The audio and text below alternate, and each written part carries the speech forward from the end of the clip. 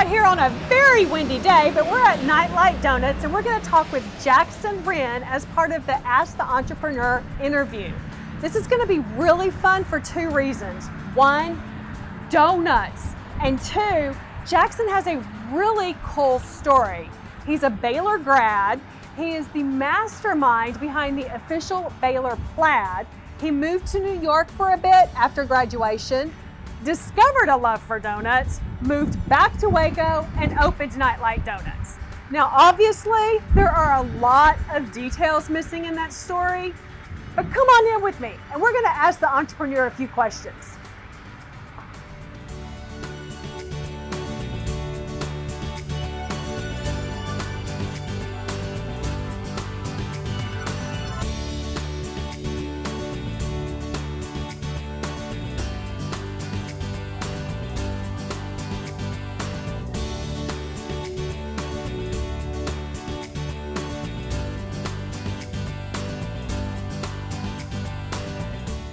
Jackson, nice to meet you. Nice to meet you, thank you. So you have such an interesting background, and I'm a fellow Baylor grad, so sick 'em. Sick 'em, love it. Tell us a little bit about your background and walk us through the crazy process of how one journeys from Baylor plaid to donuts.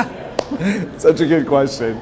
So I'm gonna back up a little bit. The first business that I started, it was whenever I was 13, and my mom and dad were like, if you want a car one day, you got to pay for it yourself. So we were like, we got to get a job or we got to start something. So we started a car detailing service, and that was my first taste of entrepreneurship.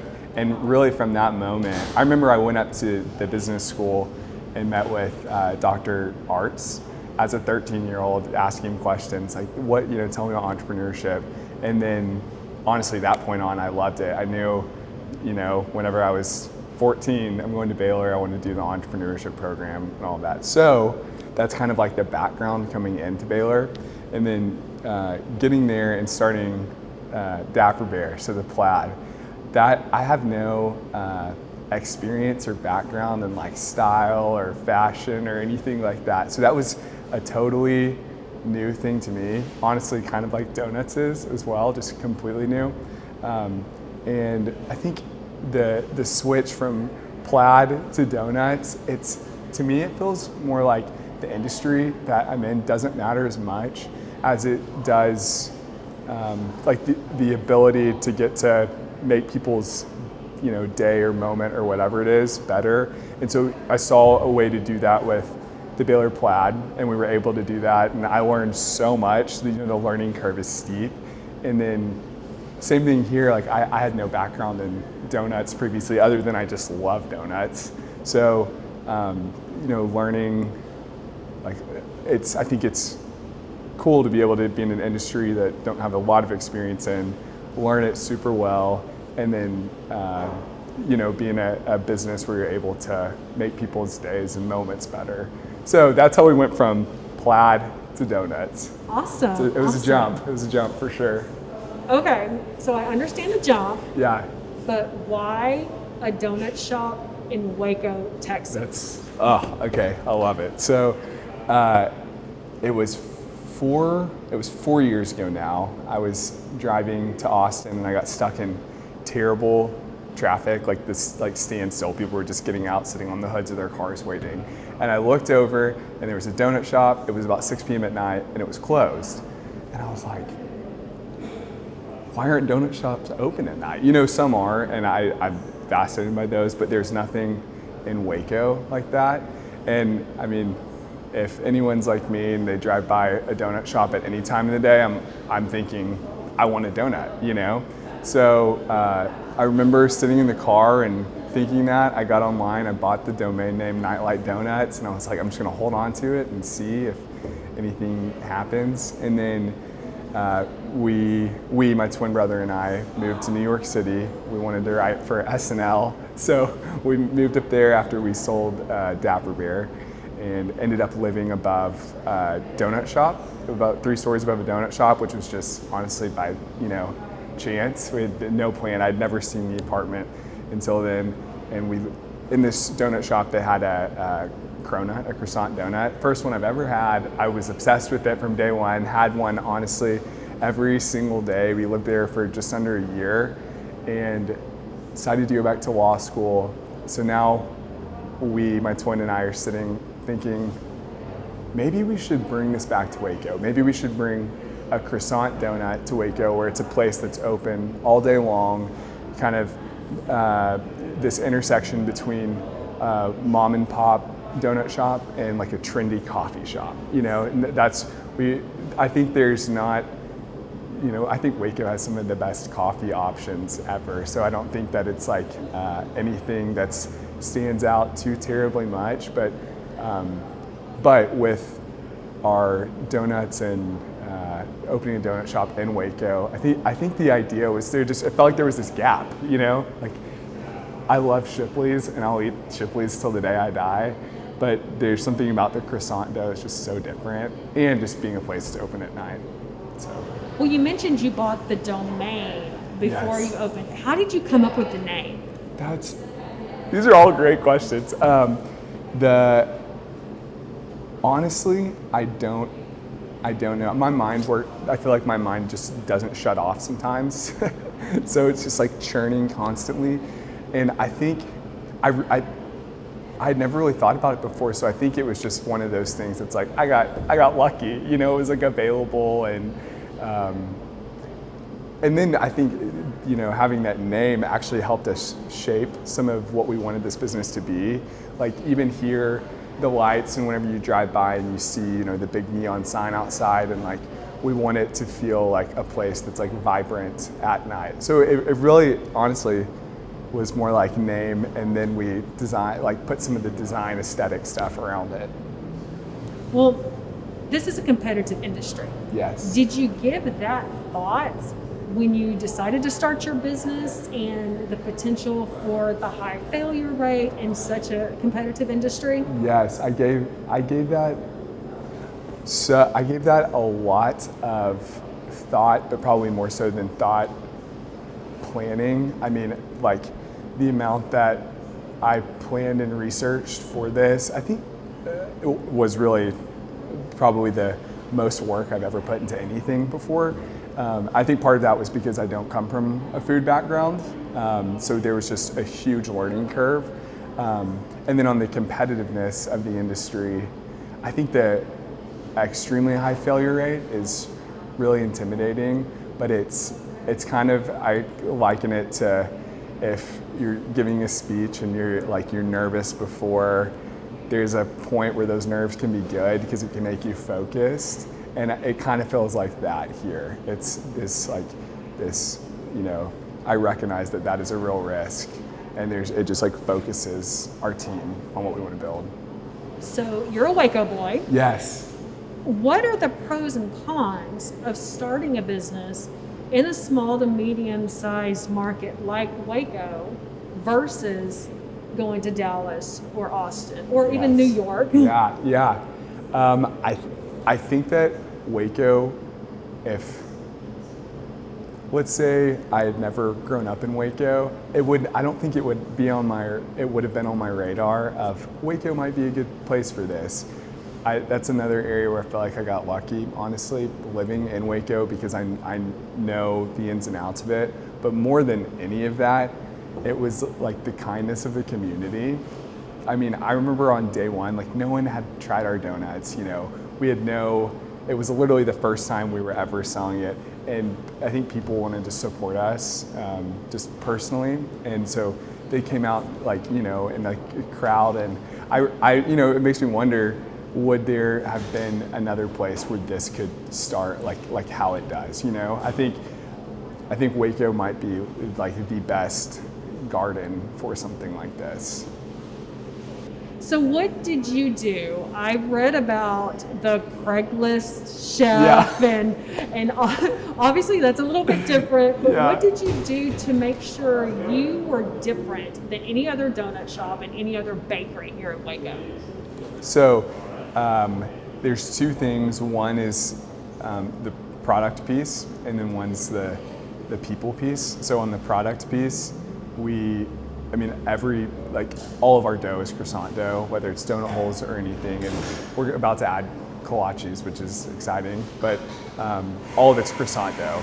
So that, and it's a really intensive process to make. It just takes a long time. So I think that piece of it, you bite into the donut and you can see all of these layers of dough, just like a croissant. That on the product piece feels like that sets us apart. On the people piece, we have 4 values for our business: be kind, be individual, be exceptional, and own it. So everything that we do is tethered to those, really those 4 things. It's like it informs from like all the way from the top down, really every decision we make. So we hit the jackpot with our staff.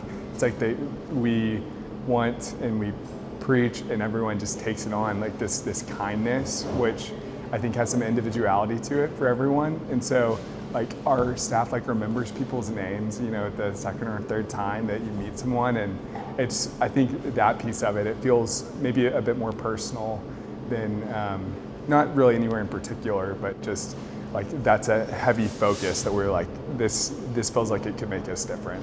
I love that. Thank you. So thinking back, and I know y'all haven't been opened a tremendous amount. Yeah. But is there anything you would have done differently? Oh my gosh, yes. Dude, I'm just gonna start listing them. I'm just gonna go straight through them. So I guess we opened this storefront in October, and it was my last week of law school. So all of it, like all the planning, everything overlapped with law school. I never did law school without Nightlight Donuts, so they were never separated. So on that time piece, I think, I had support of friends and family to help, bring me food while I'm studying, and then come up here and work and everything. And but the time piece, I feel like I overestimated the amount of time I had for things, and I think that honestly could and did cause some issues with construction delays and stuff like that. So I think that's a piece for sure. One more technical thing that I've learned is that we weren't undercapitalized as a business, but we certainly could have, when we initially raised our capital, we certainly could have raised more to provide more of a cash pad for us. And the reason I say that is because I think the stress with, if you have a dip for a week or something, it feels like it's like a whiplash effect. So I think raising more money to have, X amount of cash always in the bank, having a line of credit, something, or a combination of all of it, that's something I would have done differently, because it's caused different stress, difficulties. I'm trying to think of some other things, because there are a lot I would do differently. Well, here's one. Okay, yeah. What was it like creating a new business in the middle of a pandemic? So I remember the week that everything started to shut down, and it was the week that we had just broken ground here, and everything came to a halt for a little bit. And I think everyone, all parties involved are thinking, is this going to go? Do we need to totally press pause on this? But in certain ways, we can't really afford to totally press pause and just shut down for X number of months. So the week that happened, I think it was incredible amounts of stress, and no one really knew what to do. And being at that kind of pivot point of thinking, I'm making the decision, do we shut down for, until it's over, or do we stretch ourselves and really go for it? And I really honestly believed in the community of people in Waco, that we do have a good product, and that it's something that people do want often. So I think that was a really tough call, and that's another reason I feel, or area I feel like we got really lucky in, because it could have turned out very differently. But yeah, deciding pandemic, whether to shut down, keep going, definitely difficult. Well, you started Dapper Bear while you were still at Baylor. Yeah. How is being an entrepreneur as a student with Dapper Bear different from being an entrepreneur now? How have things changed? Okay, so one of the things that comes to mind first is as a student, and I guess I'm officially not a student as of 3 months ago, so I've mainly just known what it's like to be a student in building a business. But what I've noticed is that there's an incredible willingness of people to help, like to advise or give their time or their efforts or expertise or whatever it is. But it seems like there's this incredible amount of like, we're gonna come behind you, we're gonna help you, and I've appreciated that. I mean, very deeply, because I've wondered if I didn't have the benefit of being a student and doing this at the same time, if it would, I don't know, if some of those relationships might not have been fostered, might not have been as like crazy of a story, So I've really appreciate the people who came beside me while I've been a student. So did being a student entrepreneur help you for this venture? Yes, plaid to donuts, obviously, so totally different, but there's so many things that we did with Dapper Bear, or didn't do, honestly, that I learned, and I remember thinking I needed to do, at the end we sold it, and I'm thinking there's a lot of things we needed to do different, but it's not one of those things that's particular to the industry. It's more like just like growing a business and like leading people and that sort of, I guess in that realm. So learning that stuff and then taking it to this, to me it feels like it shortened the learning curve a lot, which might be hilarious because I feel like I'm still on this enormous learning curve, Now you had multiple majors from Baylor, correct? I did, yes. And by the way, congratulations on law school. Thank you, I appreciate it. How did your degree in entrepreneurship prepare you to be an entrepreneur in the real world? So there was, I think the real world experience that they give you in the entrepreneurship department at Baylor, I don't have anything to gauge it off of other than friends and, I guess colleagues who have gone to other places, but it seems extremely rare what we have at Baylor for getting to actually like put students, whether it's plugging students into already existing companies or, coming to support with financial backing and expertise for someone starting something. So the real world piece, I think, is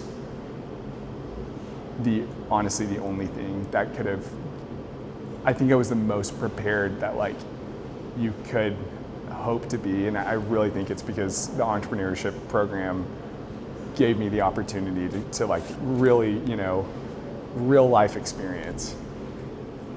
Can you think of, aside from the real life experience, was there a particular class or a professor or something that was just monumental to you that helped you along your journey? Yes, there were two who really, I think, came alongside me in really exceptional ways. One is Dr. Arts, and the other one is Dr. Marlene Reed. I took every one of her classes that I could take. She's just creative, and I feel like she fosters this creativity in her class. And Dr. Arts, I think, just knows everything. So he's just a wealth of information. I agree. Yeah. So, in class-wise, I'm not like a natural at finance. It doesn't come naturally to me. But the class that I took, I don't know if it's the same now, but it was called entrepreneurial finance. And it was extremely tough. It was like the undergrad class that I think people like felt, anxiety about because it's a tough class. That one by far, I think, taught me the most how to, look at a company and basically pick apart, financial statements and see like the economics of the business. I think that class was phenomenal. It was really hard, but it was phenomenal. What is the most important, the most valuable, the most impactful thing you've learned during your entrepreneurial journey? So the most valuable thing I've learned is, I guess, this resolve to not waste life. And maybe that's an odd answer because it's not business related, but I truly think I got so lucky with the people I was surrounded by to be able to do something like this. I think just people's belief in me and my brother and our team, and it's honestly, I think, fundamentally changed me in the way of I think it's always in the back of my head, like, life's a grand adventure. Like there's we don't have to waste any of it. It's exciting. And I think that's carried over into pretty much every other facet of life. So I think that's maybe the most valuable thing, is who it's built me to be as a person. So, what advice would you give to a Baylor student who has a passion, who has a drive, and really wants to start a business while still in school? Okay, here's my advice. One, research it like you've never researched anything before, and then if you feel like it can still go, then 1,000% go do it. I think that is the hardest part for me. It was, I think, the hardest part because of fear of looking stupid if it failed, or being like, just how it could look, or all of that. And I am so glad that I had people, like my parents are a good example. They're like, no, go do this. Now's the time to do it. As a student, you need to do this. And I remember they were, in a good way, challenging me and pushing me to go do that. So my advice, research it and then go do it. Just go do it. Yeah. I love it. So we're gonna wrap this up. Yeah. I want you to finish this sentence for me. Okay. Entrepreneurship means to me.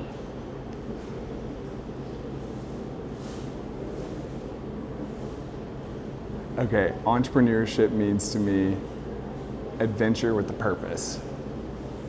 Adventure with purpose. Yep. Perfect. Yeah. Thank you. Yeah, thank you.